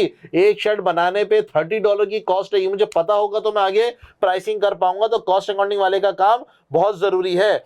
और ये किसको रिपोर्ट करते हैं? नॉर्मली ये मैनेजमेंट अकाउंटिंग एक ही होता है बेसिकली। ये किसका सब पार्ट है? मैनेजमेंट अकाउंटिंग वाले का है। मैनेजमेंट अकाउंटिंग वाले क्या करते हैं जनाब? The presentation of the financial and non financial, जनाब दोनों चीजें देखते हैं। Information to support the management activity, ये फाइनेंशियल नॉन फाइनेंशियल दोनों चीजें बताते हैं मैनेजमेंट को, ताकि उनको फैसले करने में आसानी हो जाए। बताया ना मैंने, हुआवे का बताया ना भाई, हमने बोला सर सैमसंग वाले अगर आज फैसला करें कि जनाब हमें एंड्रॉइड यूज नहीं करना, खुद बना लेंगे। सर खुद बनाने में कितनी कॉस्ट आएगी? वो वर्किंग तो करेंगे फाइनेंशियल, लेकिन उसका इंपैक्ट क्या आएगा सर? वो नॉन फाइनेंशियल है। लोग एंड्रॉइड के आदी हैं, उसकी एप्लीकेशंस बहुत बड़ा नेटवर्क है सर उसका, कैसे कैसे आप उसको कंप्लीट कर सकते हैं? डन हो गई बात। तो डेफिनेशन है। आइए जनाब एग्जांपल्स दिए आपके स्टडी टेक्स्ट वालों ने, क्या एग्जांपल दिए दोस्त को सुनेंगे, सुनेंगे। ये आयशा हैं जो कि कॉस्ट अकाउंटेंट है। कौन सी कंपनी की है जनाब? फर्नीचर कंपनी की है। पढ़ते हैं जी। The role of these professional working at the furniture company, furniture company में काम कर रहे हैं और ये कॉस्ट अकाउंटिंग वाली हैं। तो इनका काम क्या होगा? कॉस्ट अकाउंटिंग वाली का काम है जनाब कॉस्ट पर यूनिट कैलकुलेट करना कि एक फर्नीचर, एक कुर्सी बनाने पे कितनी कॉस्ट आ रही है, और उस कॉस्ट को फिर रिकॉर्ड करना ताकि आगे प्राइसिंग वगैरह में फैसले करने में आसान हो जाए। ये काम किसका? आयशा का। सीखते हैं जी। Ayesha work as a cost accountant at the large furniture company, furniture को। He works involved recording the cost of product, इनका काम है कॉस्ट को रिकॉर्ड करना, और services. These costs are type of the financial information। Furniture company makes 4 different chair, वो 4 मुख्तलिफ किस्म की कुर्सियां बनाते हैं, तो चारों की कॉस्टिंग करनी है boss. And Ayesha is asked to record how much it cost the company to produce each. Ayesha ये बताएंगी कि जनाब इस कुर्सियों को बनाने में कितना खर्चा आएगा। To do this, she often took at the historical information। जनाब जाहिर सी बात है इसकी इंफॉर्मेशन के लिए, इसको कैलकुलेट करने के लिए कुर्सी पे कितनी कॉस्ट आएगी, उसके लिए उसको हिस्टोरिकल इंफॉर्मेशन चाहिए होगी कि हमने लकड़ी कितने की खरीदी हुई है, लेबर एक यूनिट बनाने के कितने पैसे लेते हैं, वो सारी इंफॉर्मेशन। अजय जो है वो मैनेजमेंट अकाउंटेंट है। अजय जो है वो मैनेजमेंट अकाउंटेंट है दोस्त। इसका मतलब है इनका काम है कि टॉप मैनेजमेंट को इंफॉर्मेशन प्रोवाइड करना ताकि उनको डिसीजन मेकिंग करने में आसानी हो, प्लानिंग करने में आसानी हो, उनको जो है वो कंट्रोलिंग में आसानी हो। देखते हैं जी, Ajay is the management accountant at the furniture company, he has several responsibilities. क्या है जनाब? He took the past and the future cost. जनाब इनकी कॉस्ट कितनी इंकर्ड होगी? He sometime work with the non-financial information. For example, he can be asked to investigate how many work days have been lost because of the employee sickness in the last day. बिल्कुल sir. For example जनाब के labour जनाब बीमार थी, labour ने last week last month छुट्टी की है, तो जाहिर सी बात है इसकी वजह से काम रुका होगा। फॉर एग्जाम्पल जनाब पिछले महीने आपने 10,000 यूनिट्स बना दिए, इस महीने आपने 15,000 यूनिट्स, पिछले महीने आपने 10,000 यूनिट्स बनाए, इस महीने आपने 8,000 यूनिट्स बनाए। कितने यूनिट्स कम बनाए? 2,000 यूनिट्स कम बनाए। तो जनाब इन्वेस्टिगेट तो करो। ये इन्वेस्टिगेशन किससे करवाएंगे? फाइनेंशियल अकाउंटिंग वाले से। बोलेगा भाई मैं तो तनख्वाह दूंगा, काम कर लेगा तनख्वाह दे दूंगा, मैं तो रिकॉर्डिंग और ट्रांजेक्शन मेरा काम है। कॉस्ट अकाउंटिंग वाला वो तो एक यूनिट बनाने पे कॉस्ट कितनी उसमें लगा हुआ है, तो ये काम मैनेजमेंट किससे करवाएगी? मैनेजमेंट अकाउंटिंग वाले से। Logic clear? He provide information to the he provides information for the company's manager regularly। जनाब मैनेजर्स जो भी इंफॉर्मेशन मांगेंगे ये उनको इंफॉर्मेशन प्रोवाइड कर रहा होगा। किसी भी किस्म की इंफॉर्मेशन हो, स्पेशल ऑर्डर की हो, मेक और बाई की हो। He advise on specific aspect of the business which sometimes involve planning, decision making और controlling। जनाब ये मजीद इंफॉर्मेशन एडवाइस भी करेगा जिनसे फैसले लेने में आसानी हो जाए। ठीक हो गया जनाब। नेक्स्ट है मेरे पास काबिल। काबिल कौन है भाई? इस कंपनी के फाइनेंशियल अकाउंटिंग है। फाइनेंशियल अकाउंटेंट क्या करता है? Recording of transaction, produce reports, income statement and balance sheet. He must prepare the financial accounts of the company at the end of each accounting period। हर जगह का अलग अलग होता है। पाकिस्तान के अंदर नॉर्मली, दुनिया के अंदर नॉर्मली 1 ईयर होता है, लेकिन अगर लिस्टेड कंपनी होती है वो कंपनी जो कि स्टॉक मार्केट में लिस्टेड हो, पाकिस्तान के अंदर वो क्वार्टरली अकाउंट्स बनाती है। ओके जी, तो इसका काम है accounts banana. Financial accounts he prepare show how well furniture company performed during the period under review and the state of the affair of the end of the period. Most of the information he deals with the financial data based on the past information। जनाब साल गुजर जाता तब income statement बनाता है, अगले साल की इनकम स्टेटमेंट नहीं बनाता। ये बात समझ में आई? पक्का आगे बढ़ेंगे जनाब। उसके बाद जो हम लोगों ने जो भी डिफरेंसेस देखे थे मैनेजमेंट अकाउंटिंग फाइनेंशियल अकाउंटिंग के, वो जनाब बिल्कुल यही है कि मैनेजमेंट अकाउंटिंग वाला इंफॉर्मेशन किसको दे रहा होता है? जनाब इंटरनल मैनेजमेंट के लिए। फाइनेंशियल अकाउंटिंग वाला किसके लिए? शेयर होल्डर के लिए, बैंक्स के लिए। इसके लिए कोई रिक्वायरमेंट नहीं है लॉ, इसके लिए रिक्वायरमेंट बाय लॉ है कि जनाब मैं अकाउंट्स बनाऊं। फॉर्मेट, इसके लिए कोई लीगल फॉर्मेट नहीं है और इसके लिए प्रेजेंटेड बाय लॉ। लॉ ने बोला ना सेल्स ऊपर होनी चाहिए, प्रॉफिट नीचे होना चाहिए। इसके कंटेंट के अंदर क्या होगा? फाइनेंशियल नॉन फाइनेंशियल दोनों, जाहिर सी बात है सब चीजें बताएगा। और इसके अंदर क्या होगा मेरे पास? हिस्टोरिकल इंफॉर्मेशन को प्रोड्यूस कर देगा। Level of detail management accounting के अंदर कंप्लीट डिटेल होनी चाहिए। सैलरी की मैंने एग्जांपल दी। फाइनेंशियल अकाउंटिंग वाला आपके अकाउंट्स के अंदर सैलरीज एक्सपेंस का नंबर शो कर रहा होता है, एम्प्लॉय वाइज डिटेल नहीं शो कर रहा होता। कितनी डिटेल देगा ये? जो आपकी लेजिस्लेशन कानून ने बताइए। फ्रीक्वेंसी जनाब डिपेंड करता है मैनेजमेंट के ऊपर कि क्वार्टरली काम करें, महीने की रिपोर्ट्स दें, लेकिन ये नॉर्मली कब होती है? एनुअली होती है। पर्पस, इसका पर्पस क्या है? प्लान करना, डिसीजन मेकिंग करना, कंट्रोल करना। इसका पर्पस क्या है? Investment of decision. इसकी वैल्यूज किसकी बेस पे होती है? स्टैंडर्ड कॉस्ट पे, रेलेवेंट कॉस्ट पे, और इसकी क्या होती है? हिस्टोरिकल पे। यही जो भी हम लोगों ने पढ़ा, ये वही चीज है। कॉपी भी कर लिया होगा आपने वीडियो को पॉज करके। डन है जी, आगे बढ़ते हैं। चले दोस्त, अब हम आते हैं जनाब कुछ एमसीक्यूज के ऊपर जो आपके किट के अंदर। मैंने आपको बोला था कि जनाब स्टडी हब की भी किट मैं कराऊंगा, कैपलान की भी किट मैं कराऊंगा, बीपी की भी किट मैं कराऊंगा। मतलब मेरे कहने से मुराद है मैं आपसे करवाऊंगा। अभी क्लास में बैठे बैठे खुद से करेंगे तो सॉल्व होगा बहुत। चले जनाब वीडियो को यहीं पे पॉज करेंगे, वीडियो को यहीं पे रोकें, पॉज करें और ये एक्टिविटी नंबर 1 जो है ये सॉल्व करें। एक्टिविटी नंबर सॉल्व करें, वीडियो को पॉज करके बराए मेहरबानी ईमानदारी के साथ, बेईमानी नहीं। डन है बॉस। चले, determine whether the statement describe management accounting और फाइनेंशियल अकाउंटिंग। जनाब बताइए इसमें फाइनेंशियल अकाउंटिंग क्या है और मैनेजमेंट अकाउंटिंग क्या है? No legal requirement. Legal requirement नहीं है किसी में। मतलब आप किसी भी तरीके से फॉर्मेटिंग कर सकते हैं, कोई लीगल रिक्वायरमेंट नहीं है फाइनेंशियल अकाउंटिंग में या फिर मैनेजमेंट अकाउंटिंग में। जनाब मैंने शॉर्टकट लिख रहा हूं, मैनेजमेंट अकाउंटिंग में कोई लीगल रिक्वायरमेंट नहीं होती। Accounts primarily for the share holder. जनाब हम जो अकाउंट्स बना रहे हैं वो शेयर होल्डर के लिए बना रहे हैं। कौन अकाउंट शेयर होल्डर के लिए बनाता है? फाइनेंशियल अकाउंटिंग वाला। Use for the future information और फोरकास्ट, फ्यूचर के लिए प्रेडिक्ट किया जा रहा है कि जनाब आप ये अगर ऑर्डर एक्सेप्ट कर ले तो आपका प्रॉफिट $30,000 आ जाएगा। कौन करता है दोस्त? ये मैनेजमेंट, फाइनेंशियल अकाउंटिंग वाला तो पास्ट को डील कर रहा होता है। रिपोर्टिंग स्टैंडर्ड डिटरमाइन प्रेजेंटेशन, जनाब कोई रूल्स एंड रेगुलेशन स्टैंडर्ड आए, IFRS आए हैं कि जनाब आप इसके हिसाब से अकाउंटिंग करेंगे। कौन करता है ये? फाइनेंशियल अकाउंटिंग वाला। Prepared as required by the management, जो मैनेजमेंट बोलेंगे वो करेंगे। मैनेजमेंट बोलेंगे जनाब हमने डिसीजन मेकिंग करनी है, हमने एक प्लांट बंद करना है। मैनेजमेंट ने बोला जनाब हमने डिसीजन मेकिंग करनी है कि हमने एक्सपेंशन करनी है। ये सारा काम किससे करवाएंगे? मैनेजमेंट अकाउंटिंग से करवाएंगे। डन। आई होप ये आप लोगों ने बिल्कुल ठीक ठाक किया होगा। तो सर आपको फर्क पता चल गया फाइनेंशियल अकाउंटिंग का, मैनेजमेंट अकाउंटिंग का। दोस्त मैनेजमेंट अकाउंटिंग में जनाब मैनेजमेंट अकाउंटिंग की आपकी सीक्वेंस कौन सी है? आइए जनाब, ये जो आपका मैनेजमेंट अकाउंटिंग का पर्चा है जनाब, ACCA में ये कवर होता है MA1, MA2, MA1, MA2, उसके बाद MA, उसके बाद PM, उसके बाद FM, उसके बाद APM, ऑप्शनल में से अगर आप लेना चाहें तो AFM। इतने सारे पर्चों की सीरीज ये मैनेजमेंट अकाउंटिंग है। तो आपने ये पेपर अभी बड़ा गौर से, तसल्ली से, बड़ा कॉन्सेप्चुअल पढ़ना है। चले बॉस आगे।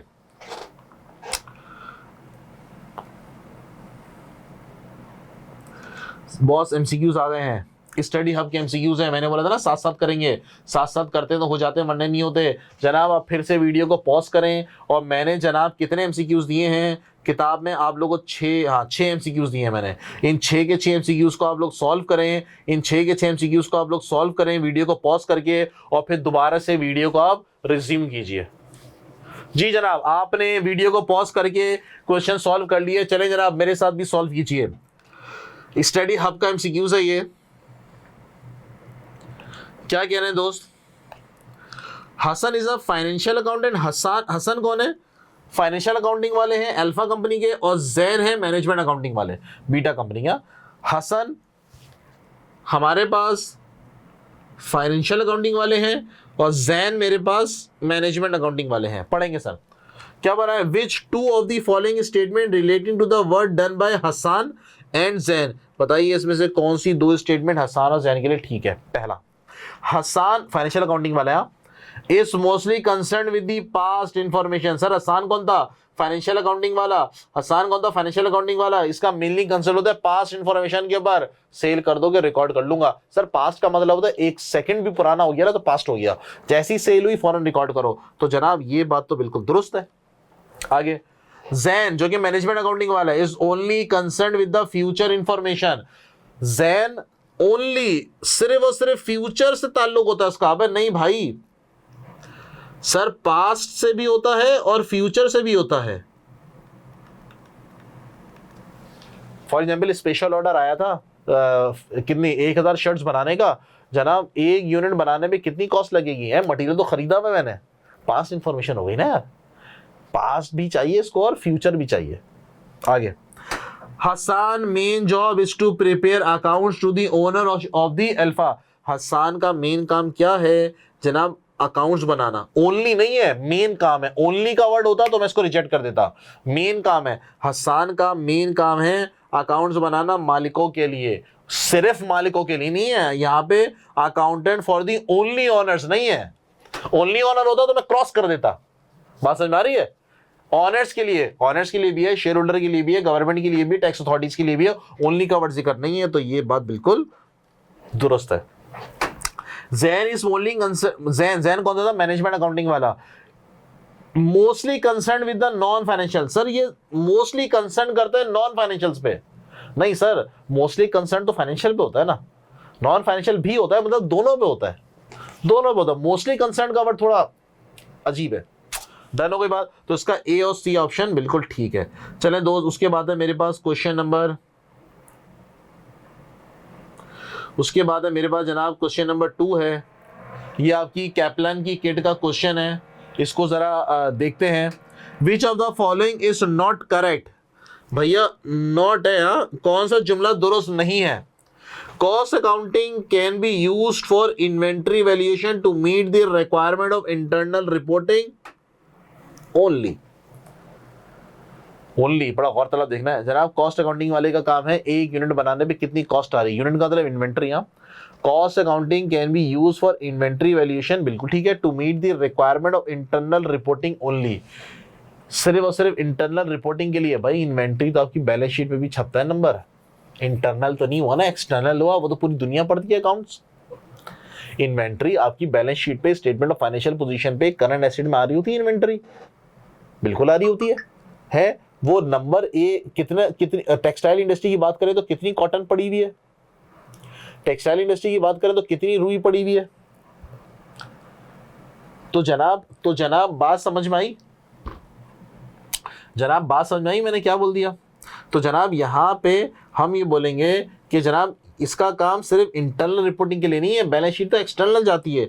ये नॉट बोल रहा है, इसका मतलब है कि जनाब ये जुमला दुरुस्त नहीं है, कॉस्ट अकाउंटिंग वाले का गलत है, तो नॉट बोल रहा था, तो उसका मतलब है ये जुमला दुरुस्त है।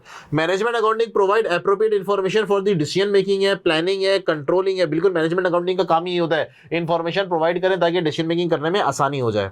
Routine information can be use for both short run and long run decision making. बिल्कुल सर, आपको रूटीन इन्फॉर्मेशन चाहिए होती है ताकि आपको छोटे बड़े फैसलों करने में आसानी हो जाए, बिल्कुल दुरुस्त है। Financial accounting information can be use for internal, can be use, ये कैन बी है, ओनली नहीं है, ओनली नहीं है मामला। देखें फाइनेंशियल अकाउंटिंग वाला can be use for internal reporting, पर फाइनेंशियल अकाउंटिंग वाले की जो खबर है वो इंटरनल मैनेजमेंट, इंटरनल लोग भी देख सकते हैं, बिल्कुल सर देख सकते हैं, ओनली नहीं है। ओनली होता तो ये गलत होता। बात समझ में आई है, बहुत ट्रिकी है, इतना ट्रिकी भी नहीं है। चले दोस्त क्वेश्चन नंबर 3, क्या फरमा रहे हैं। The following statement relating to the financial accounting और the cost accounting, the following information relate to the, अच्छा कुछ इंफॉर्मेशन है जो कि कॉस्ट अकाउंटिंग और फाइनेंशियल अकाउंटिंग वालों की है। Which of the statements are correct, कौन सी स्टेटमेंट करेक्ट है। अच्छा जी, financial accounts are historical records, financial account वाले हिस्टोरिकल होता है, बात तो बिल्कुल सही है, दुरुस्त है। Cost accounting is a part of financial accounting and establish cost incurred by the organisation. Cost accounting financial accounting का पार्ट नहीं है दोस्त। Management accounting is use to, management accounting use होती है प्लानिंग, डिसीजन मेकिंग और controlling के लिए। तो 1 और 3 ठीक है, 1 and 3 ओनली फिट हो गया, लॉजिक क्लियर। चलें सर, ये आपकी किट के क्वेश्चन है दोस्त, अभी अभी आपने पढ़ा और किट करने के काबिल हो गए आप। हम इसी तरह से पढ़ेंगे, हम क्वेश्चन करते जाएंगे साथ साथ और हाथों हाथ किट करते जाएंगे ताकि फटाफट हमारी तैयारी होती रहे। चलें जनाब, क्वेश्चन नंबर 4 कैप्लान की किट का है। Which of the following relates to the management accounting and कौन सी चीज फाइनेंशियल अकाउंटिंग की है, कौन सी मैनेजमेंट अकाउंटिंग की है। प्रिपेयर्ड ईयरली, हर साल के आपको अकाउंट्स बनाने हैं, फाइनेंशियल अकाउंटिंग बिल्कुल ठीक है। इंटरनल यूज के लिए क्या होता है, मैनेजमेंट, बिल्कुल ठीक है। कंस्ट्रेंट फ्यूचर इंफॉर्मेशन, जनाब कौन ऐसा होता है जो फ्यूचर इंफॉर्मेशन के बारे में बात कर रहा होता है। फाइनेंशियल तो पास्ट रिकॉर्ड बोलता है, माल बेच दो मैं रिकॉर्ड कर दूंगा, साल गुजर गया इनकम स्टेटमेंट बना दूंगा, ये चीज बात समझ आ रही है जनाब। मैं अज्यूम करता हूं कि आपने वीडियो को पॉज करके इन सबको खुद से सॉल्व किया होगा। आगे क्वेश्चन नंबर 5 जनाब, question number 5, which two of the following statements about the management accounting are true। इन दोनों में से कौन सी स्टेटमेंट जो कि मैनेजमेंट अकाउंटिंग के लिए ट्रू है। दे में इंक्लूड नॉन फाइनेंशियल, मैनेजमेंट वाला नॉन फाइनेंशियल इंफॉर्मेशन लेता है, बिल्कुल सही है। They are required by law, management accounting law नहीं है भाई, मैनेजमेंट ने बोला कि ये काम करो तो करो। They are use to aid planning, जनाब इसका काम प्लानिंग भी है, बिल्कुल सर, डिसीजन मेकिंग है, प्लानिंग है, कंट्रोलिंग है। They are use by the parties external to the organisation, organisation से बाहर के लोगों के लिए काम करता है, नहीं सर अपने मैनेजमेंट के लिए, अपने सीईओ के लिए, अपने सीएफओ के लिए काम करता है। तो option number A and C are the correct option. चले दोस्त, लास्ट क्वेश्चन आ गया है हमारे पास, question number 6। Question number 6, which of the following statement is correct, कौन सी स्टेटमेंट आपकी बिल्कुल करेक्ट है। Management accounting provide information to use fulfilling legal requirement, नहीं सर, ये मैनेजमेंट अकाउंटिंग किसके लिए होती है, मैनेजमेंट के लिए, ताकि उनको फैसले करने में आसानी हो, आपके लीगल रिक्वायरमेंट के लिए नहीं। Management accounting system provide information to user decision making within the organisation, बिल्कुल। ऑर्गेनाइजेशन के जो मैनेजमेंट है उनको ये रिपोर्ट्स देते हैं ताकि उनको डिसीजन मेकिंग करना आसान हो जाए। Management accounting provide information by the use for use by share holder. Sir financial accounting वाला होता है जो कि शेयर होल्डर को इनकम स्टेटमेंट बैलेंस शीट बना के देता है ताकि उनको डिसीजन मेकिंग करना, ताकि उनको शेयर होल्डर को फैसले करने में आसानी हो। मैनेजमेंट अकाउंटिंग प्रोवाइड इन्फॉर्मेशन, नहीं सर फाइनेंशियल अकाउंटिंग वाला इन्फॉर्मेशन प्रोवाइड करता था। मैं एज्यूम करता हूं कि जनाब आप लोगों को आज की क्लास समझ में आएगी। आज की क्लास के अंदर हमने सिर्फ और सिर्फ मैनेजमेंट अकाउंटिंग के चैप्टर को डिस्कस किया है कि मैनेजमेंट अकाउंटिंग का चैप्टर क्या है। मैनेजमेंट अकाउंटिंग का चैप्टर होता है जनाब, मैनेजमेंट अकाउंटिंग का चैप्टर होता है जनाब हमें वो काम करना है, हमें इंफॉर्मेशन प्रोवाइड करनी है मैनेजमेंट को ताकि उनको डिसीजन मेकिंग करने में, प्लानिंग करने में, और अगर फैसले ले लिए उनको तो उनको कंट्रोल करने में आसानी हो जाए। बात समझ में आ रही है? फाइनेंशियल अकाउंटिंग वाला क्या करता है जनाब, माल बेच दो, मैं रिकॉर्ड कर दूंगा, साल खत्म होने पे इनकम स्टेटमेंट बना दूंगा, शेयर होल्डर को दे दूंगा। क्या सबको बात समझ में आ रही है? हम लोग अभी पढ़ रहे हैं जनाब चैप्टर नंबर 1 और चैप्टर नंबर 8, बोले तो हम लोग अभी बेसिक्स पढ़ रहे हैं। बेसिक हम लोग इतनी पढ़ेंगे कि हमारे आगे के चैप्टर स्टार्ट हो जाए, और फिर ये जो चैप्टर नंबर 1 है चैप्टर नंबर 8 है, ये थोड़ा थोड़ा चलता रहेगा। बात क्लियर? कोई किसी को कोई कंफ्यूजन, कोई मसले मसाइल? जनाब मेरा व्हाट्सएप नंबर भी आप लोग सेव कर लो, वैसे तो सबने सेव किया हुआ है।